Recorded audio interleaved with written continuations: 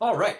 Well, we're back and we are going on to our second big area of concern in theology, which is called soteriology. And what this really means is salvation. What is salvation? Well, soteriology comes from the Greek word soter, which means healing. The Latin word for this is salve, as in salve regina, and the English word is spelled very much the same, and it means salve, like what we put on our hand when we need healing for something. Same word. A lot of students, when I use the word salvation, object, saying, that's a Christian word. Well, in fact, it is a Christian word, and it is an English word. And because our dominant culture is Christianity and we use English to speak about it, I can see, it's easy to see how the association gets made. But in fact, every religion has a theology of salvation. Of course, every religion has a different word for it, depending on what part of the world they come from and what language they're speaking. So, for instance, while in English we might use the word salvation, in Hinduism or Buddhism they may be using Sanskrit, and the word then is moksha, which could be translated into English as salvation or perhaps liberation. If you are reading Hindu or Buddhist scriptures in translation, you will very often come across the word salvation in them. But again, that's because you are reading in English. And the concept is very much the same. We might think of salvation in terms of healing. We might think of it in terms of deliverance from something that is threatening us. And we might think of it in terms of enlightenment.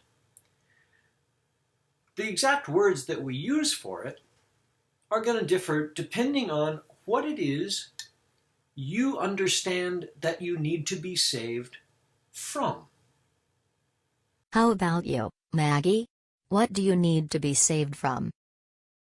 I need to be saved from an illusion that makes me think that I'm a separate being unconnected to anything or anyone else. How about you? I'm terrified of dying. I want to be saved from death. Is that so wrong? I need someone to save me from my existential torpor. My wife packed me a really scary sandwich. I think I need someone to save me from my sandwich. I think I need someone to save me from time-wasting employees. Let's get back to work, people. So when we're talking about salvation, the important thing to keep in mind is, what are we being saved from? And by whom? And how? The starting place for this is asking the question, what's the problem? What is the problem?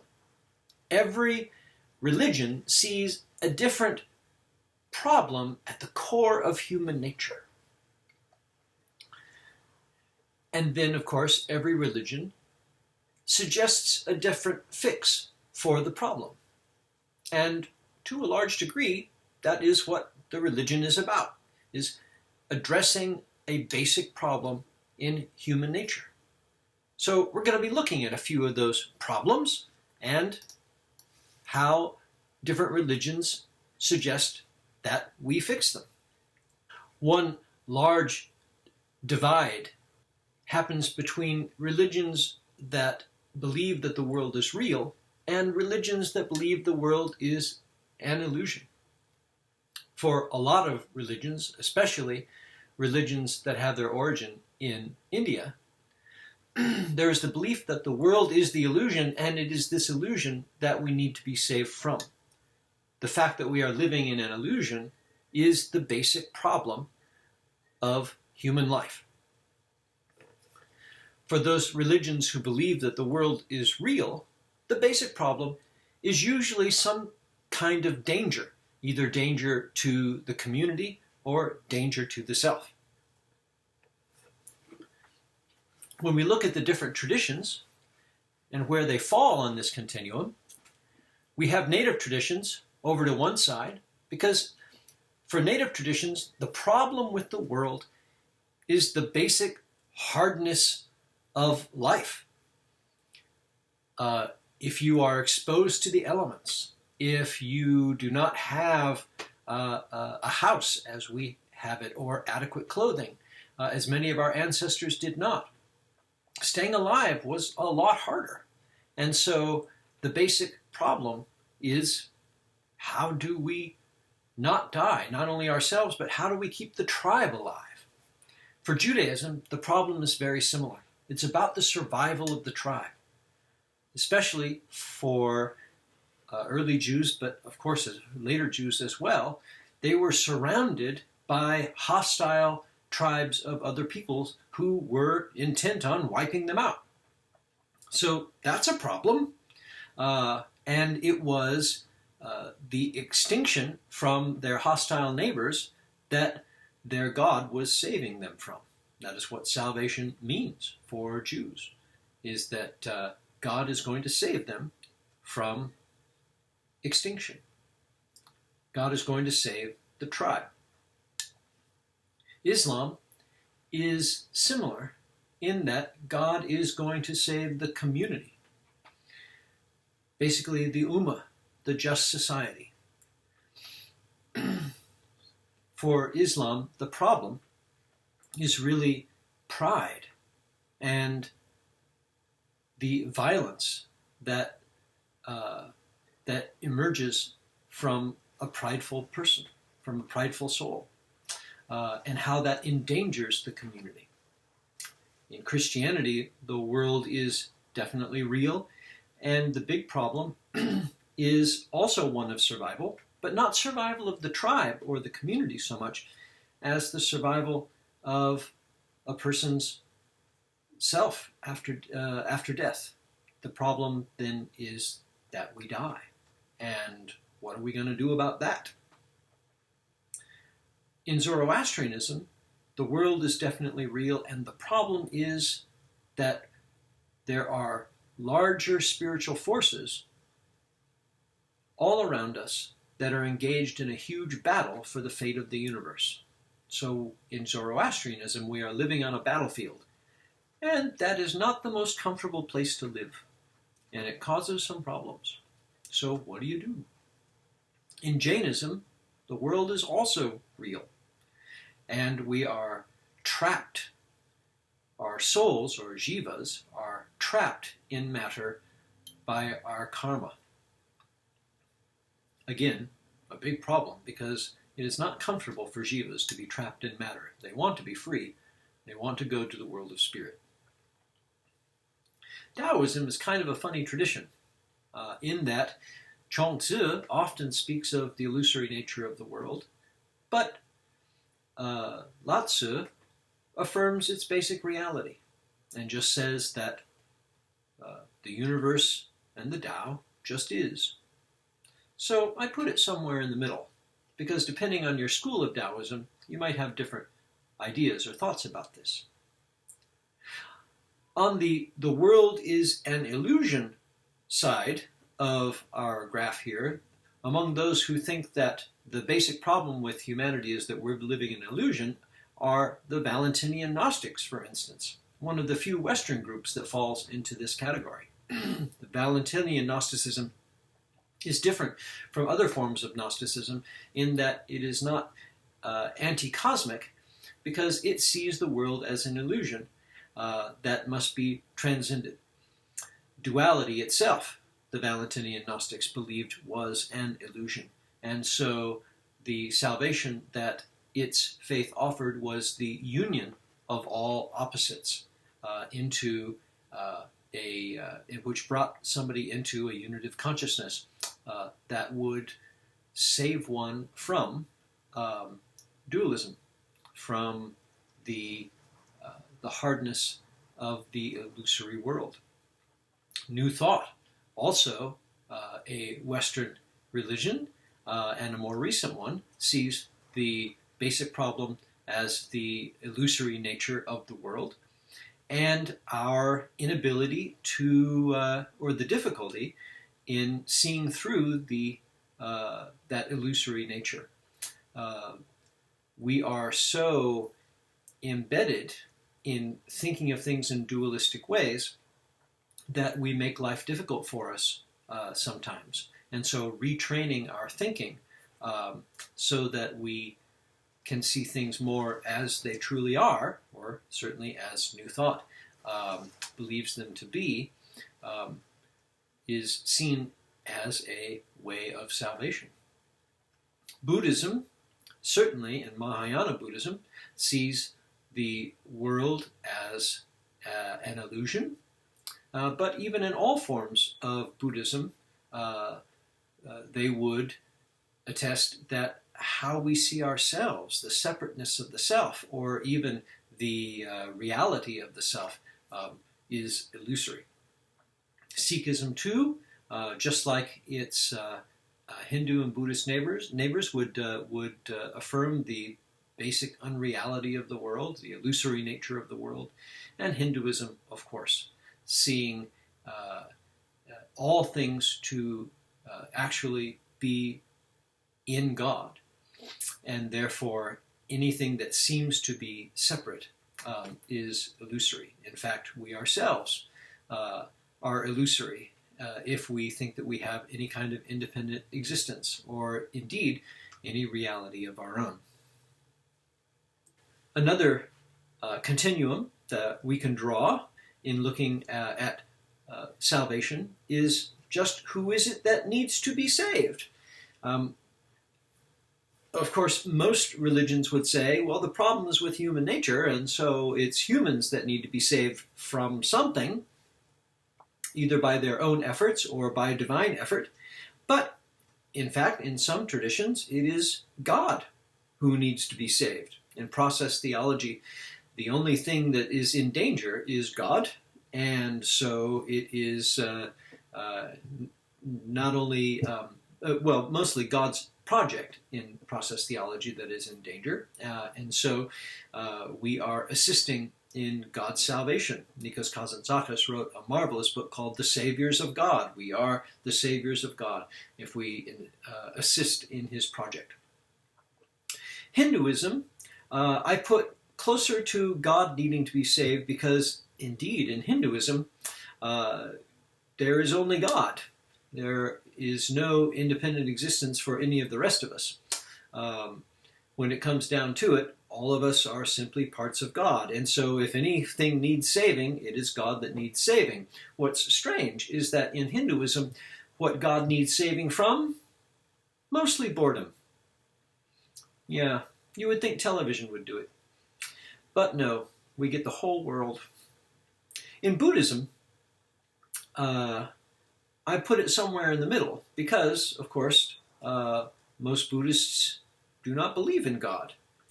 But certainly, people need to be saved from the illusion of the world, and yet, in Buddhism, there is no reality to the person. So, what is it exactly that needs to be liberated in Buddhism? Certainly not a self, because the self is not real. Buddhism is a fun religion in that sometimes in chasing these questions, you just start chasing your tail. Now, as I said, most religions come down pretty clearly on the fact that it's people who need to be saved from something.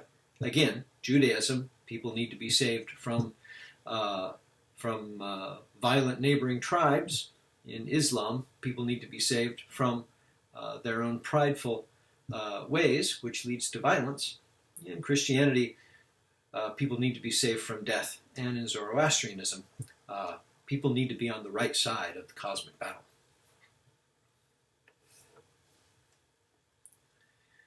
When we talk about salvation, we can think about it in terms of individual salvation or salvation as a group, collective or corporate salvation. And again, of course, a lot of different traditions come down in different places on this. Let's take a look at this continuum. Jainism is a dualistic religion, kind of unusual for religions that derive from India. So each individual jiva needs to be liberated from matter. So it is an individual form of salvation. In Taoism, it is basically, and certainly in Chuang Tzu's writing, an individual form of salvation. In Taoism, what we need to be saved from is the fact that we go against our own natures and we make life hard for ourselves. If we would just go with the flow of the Tao, if we would be true to our own natures, then life would be easier. And that is really what salvation is about in Taoism, an easy life. And so if we are constantly going against our true natures, in other words, striving, forcing things, doing things that are hard, going against the grain. Here's a good way of putting it. A dog eats when it's hungry and sleeps when it's tired and wags its tail when it's happy. The dog has much more wisdom than people do, because we don't do any of these things. Taoism says, be like the dog. If you're hungry, eat. If you're sleepy, take a nap. It seems like common sense, and indeed, Taoism is a lot of common sense. Unfortunately, people don't listen to common sense. So Taoism says, listen to common sense. Do what comes naturally when you are being a human, and your life will be easier. It is an individual form of salvation. Now, it is true that in Lao Tzu, the main scripture of Taoism, we see something slightly different, in that Lao Tzu says that if you can put this into practice and be an example for other people, then society will have an easier time of it as well. So you could make a good case for maybe putting it in the middle. In evangelical Christianity, the salvation from death is entirely an individual thing. It's kind of a me and Jesus kind of religion, where people gather in churches because it's good to have support for one's spiritual life. But really, salvation for them is something that happens between oneself and God.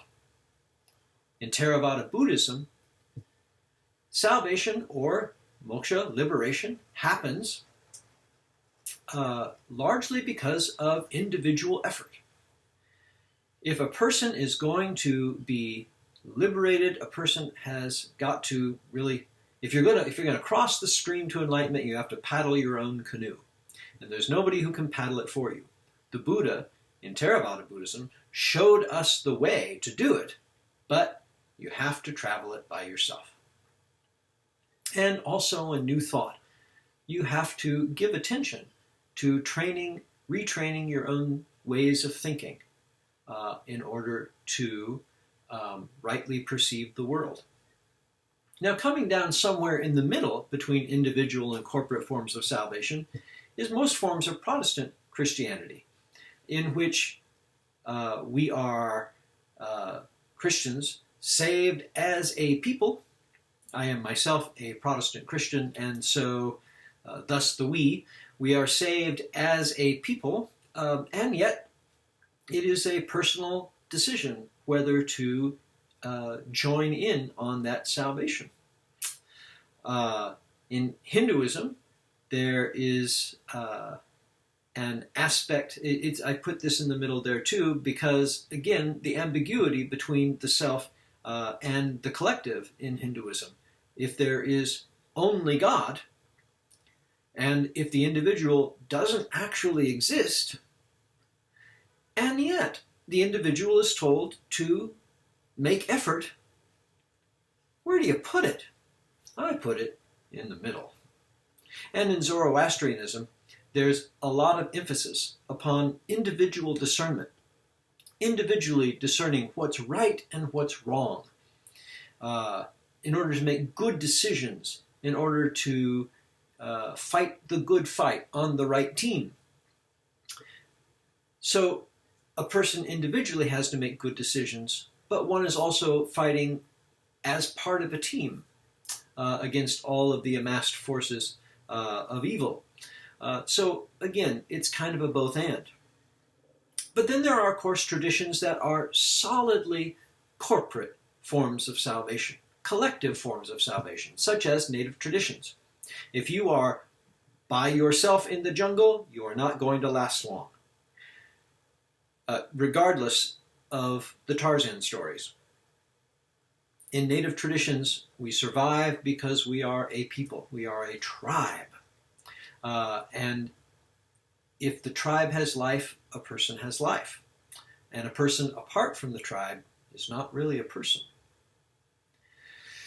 So, salvation, which for native traditions is really about the survival of the tribe, has to have a tribe in order to survive. Mahayana Buddhism is kind of the same. In Mahayana Buddhism, the Buddha can ferry us all across that river to enlightenment. And there's room enough for everybody on the ferry. But the Buddha's the driver. So let's all get on board.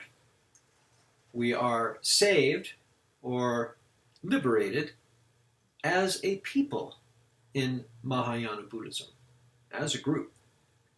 Catholic Christianity, too, is entirely a corporate form of salvation. The early church fathers talked about the church being like Noah's Ark. If you're on the ark, well, then you're going to be saved from death. But if you're not on the ark, sorry, Charlie. In Islam, salvation is seen as the formation of the Ummah, the just society. What are we being saved from? Well, we are being saved from violence. We're being saved from injustice, all of the things that derive from people's pride. And so, if we are putting aside our own desires and our own selfish gains for the good of the community, for the good of the Ummah, then everyone is going to share in the goodness that results from that just society. That's a corporate form of salvation. And then, of course, Judaism as well. Salvation for Jews is about the survival of the Jewish people. Again, a very corporate form of salvation. Another way that we can talk about salvation is, does it happen all at once, or does it happen gradually?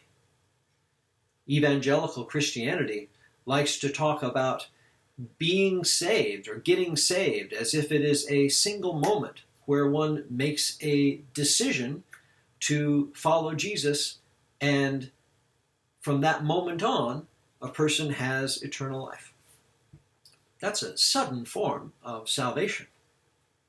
Rinzai Zen Buddhism is a sudden school of Buddhism, of Zen Buddhism, where enlightenment comes upon one all of the sudden. As opposed to Soto Zen Buddhism, which is a more gradual school, as you'll see, it is there on the other side of the continuum.